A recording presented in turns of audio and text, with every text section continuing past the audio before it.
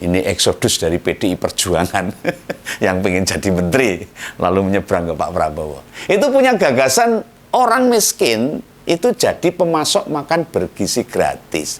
Iki nalare piye?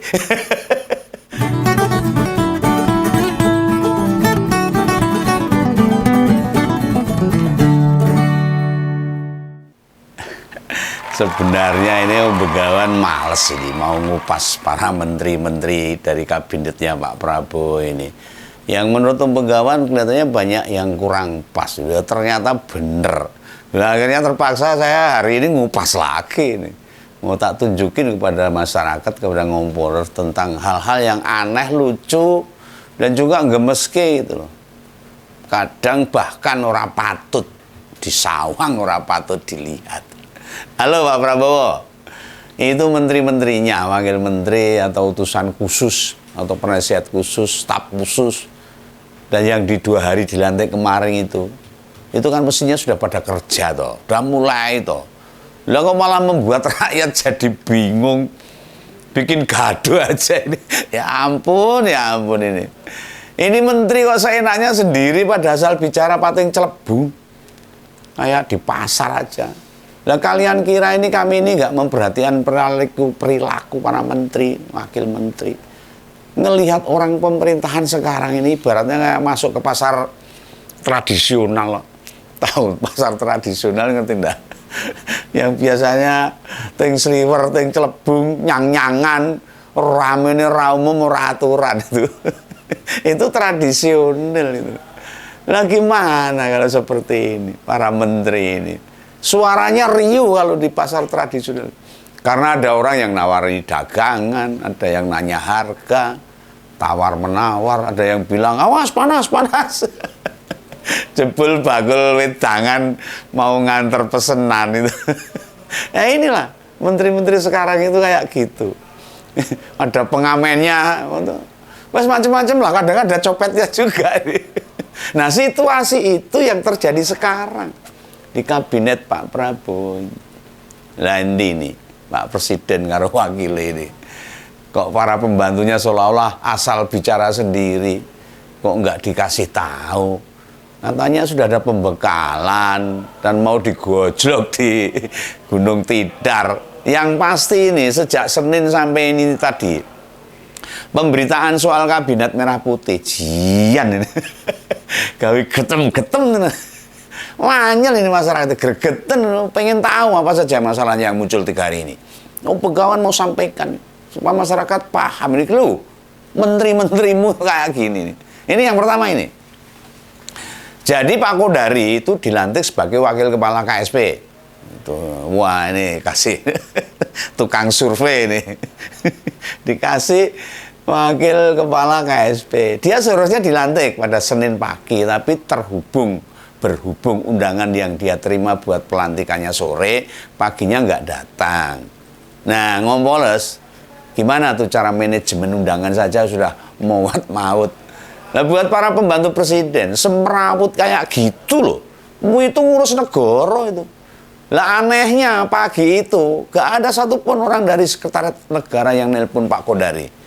Undangannya ora teko, ora ditelepon, atau memastikan dia hadir atau tidak. Lah Kodari sendiri merasa karena mau dilantik sore, dia pergi itu mungkin beli dasi buat pelantikan sore. Nah ini kejadian kayak gini ya, membingungkan masyarakat. Lah kok kayak persis acara malam tirakatan yang RT saya itu. Sing kulino ndonga dilala sip malam. Kok nggak nyari ganti? Begitu pas mau pembacaan doa, wah, gebiak golek ganti.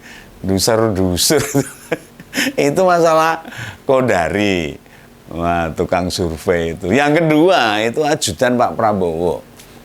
Mayor Teddy Indrawijaya. Itu dilantik sebagai sekretaris kabinet. Sekali lagi ya, sekretaris kabinet.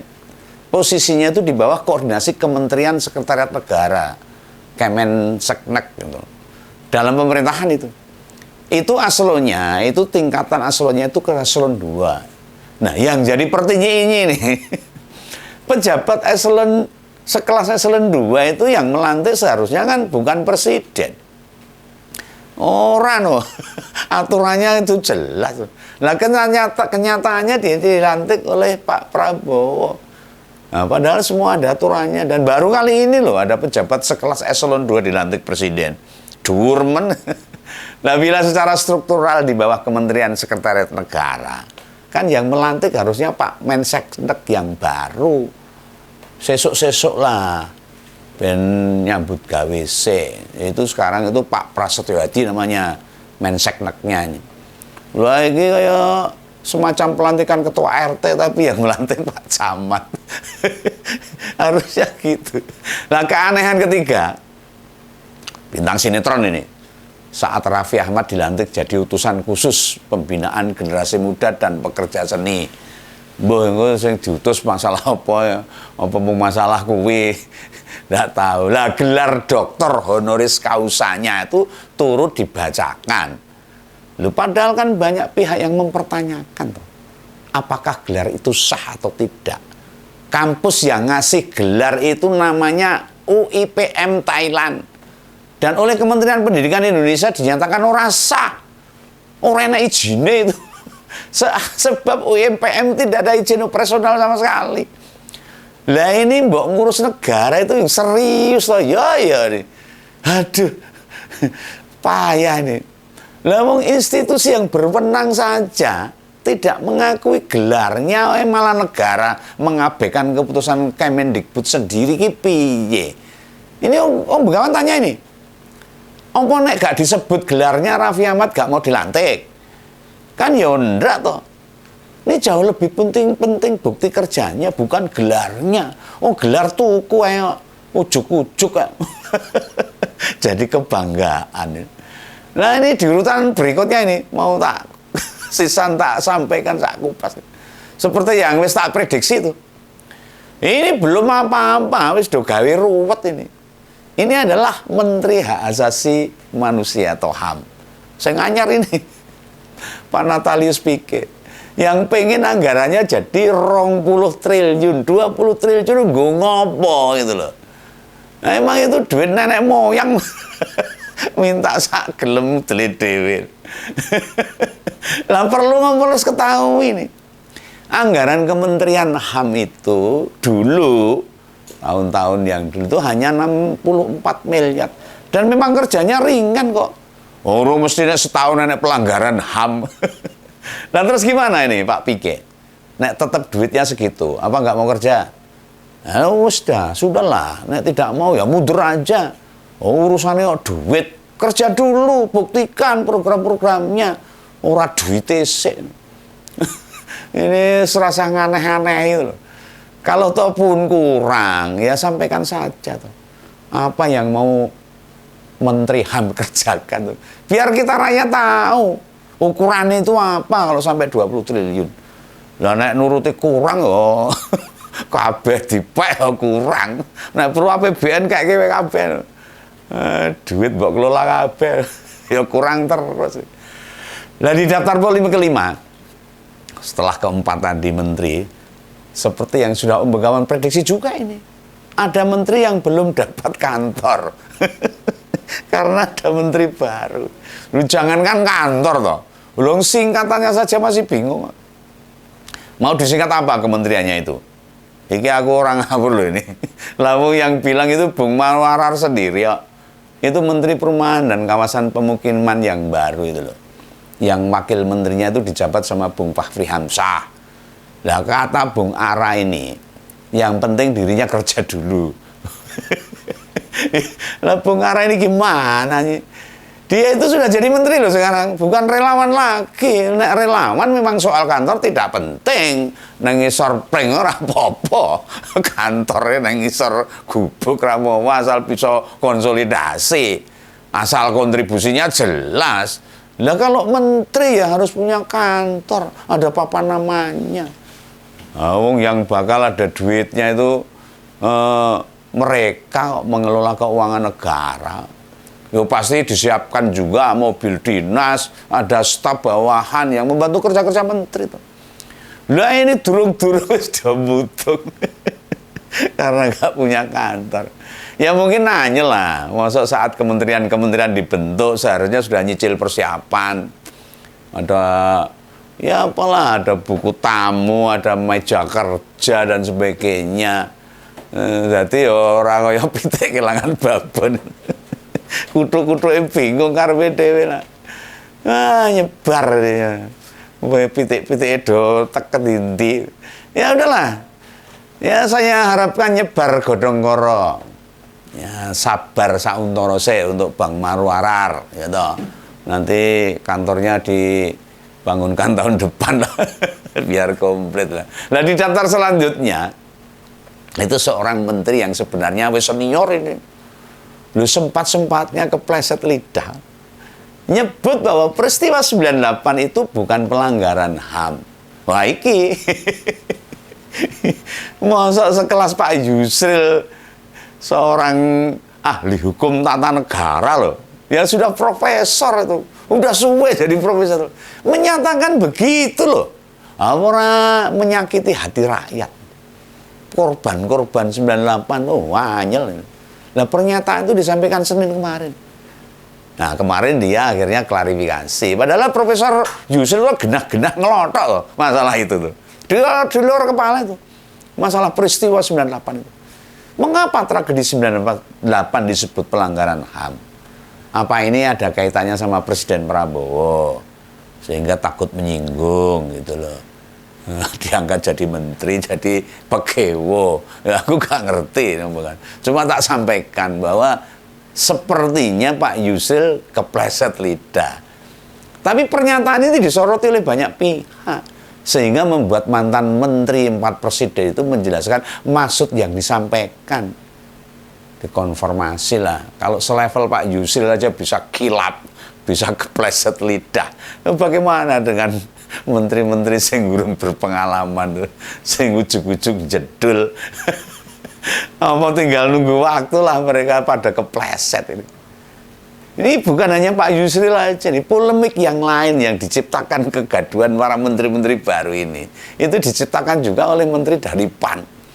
Itu yang menjabat sebagai Menteri Desa dan Pembangunan Daerah Tertinggal. Yakni Pak Yandri Susanto. Wah ini parah meneh ini. Dia itu bikin edaran atau undangan lah namanya untuk hadir di haul kedua ibundanya. Ya jane pengen menghormati kalau anakmu dadi menteri.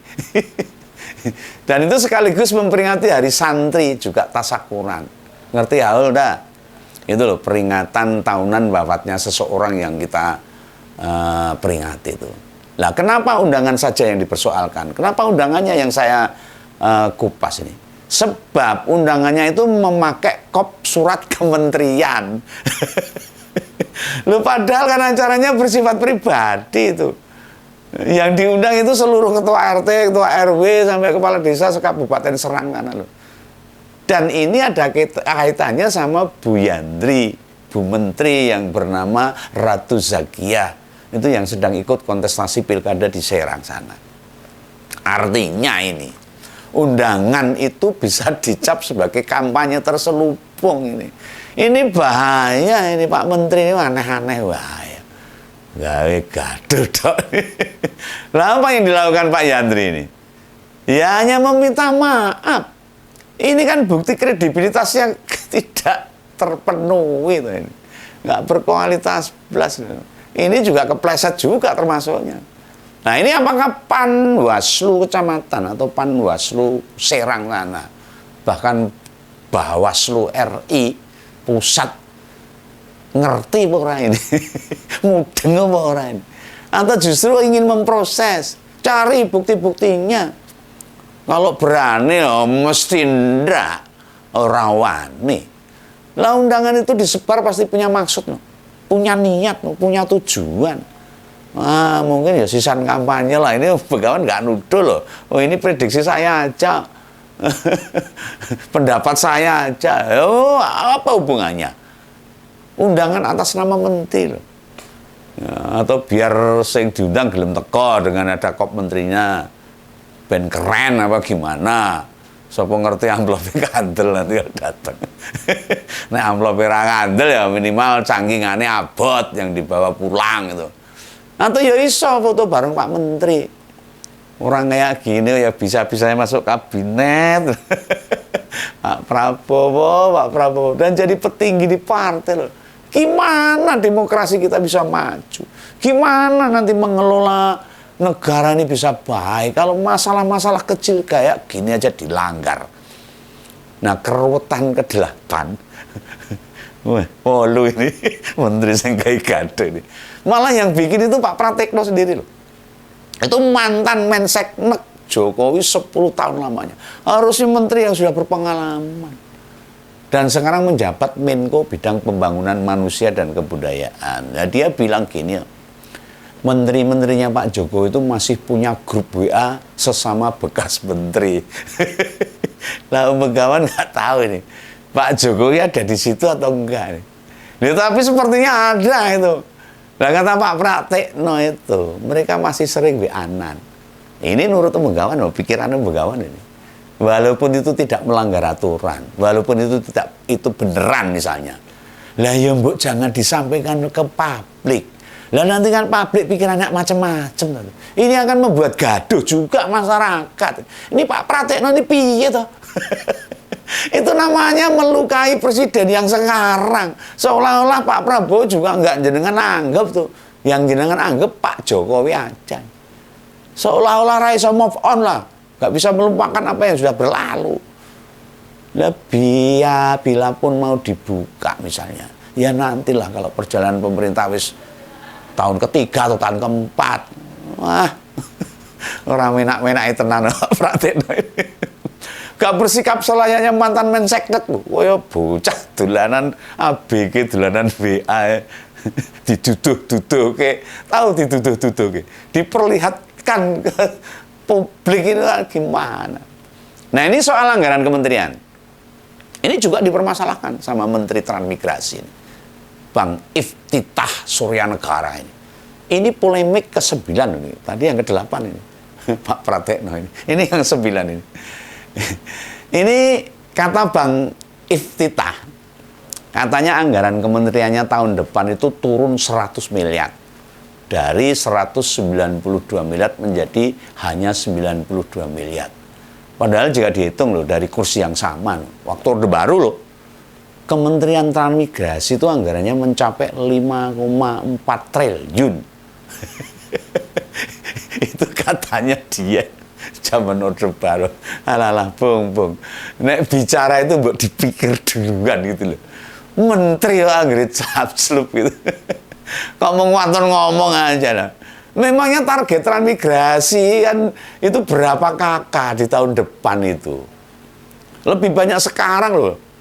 Apa Orde Baru dulu dianggap sedikit itu, sekarang lebih banyak dari Orde Baru.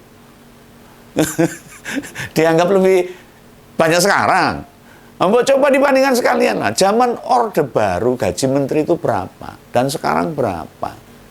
Apa mau itu digaji sebesar zaman Orba? Ya emoh loh. Jadi kalau bicara itu coba cari data sing valid gitu loh. Jadi tidak membuat gaduh masyarakat. Ini yang ke-9 ini. Problem menteri-menteri baru ini sing ruwet ini. Nah, ini tak genepi 10 sisa ya. Saya genapkan 10 masalah menteri ini. Ini saya ada ini. Nah, tambahin satu lagi nih. Ini tuh Kepala Badan Percepatan Pengentasan Kemiskinan yang dipegang oleh Budiman Sujatmiko. Ini eksodus dari PDI Perjuangan yang pengen jadi menteri lalu menyeberang ke Pak Prabowo. Itu punya gagasan orang miskin itu jadi pemasok makan bergizi gratis. Iki nalare piye? Lah mau nalarmu iku dinggo to, Bung Budi. Mereka buat makan, buat hidup sehari-hari aja susah. Lah kok suruh jadi pemasok bahan makanan bergizi ini piye ini? Ini naranya gimana nih? Ini anggarannya dibawa kabur koordinator. Dirimu siap tanggung jawab. Wes miskin tambah remuk kata gini.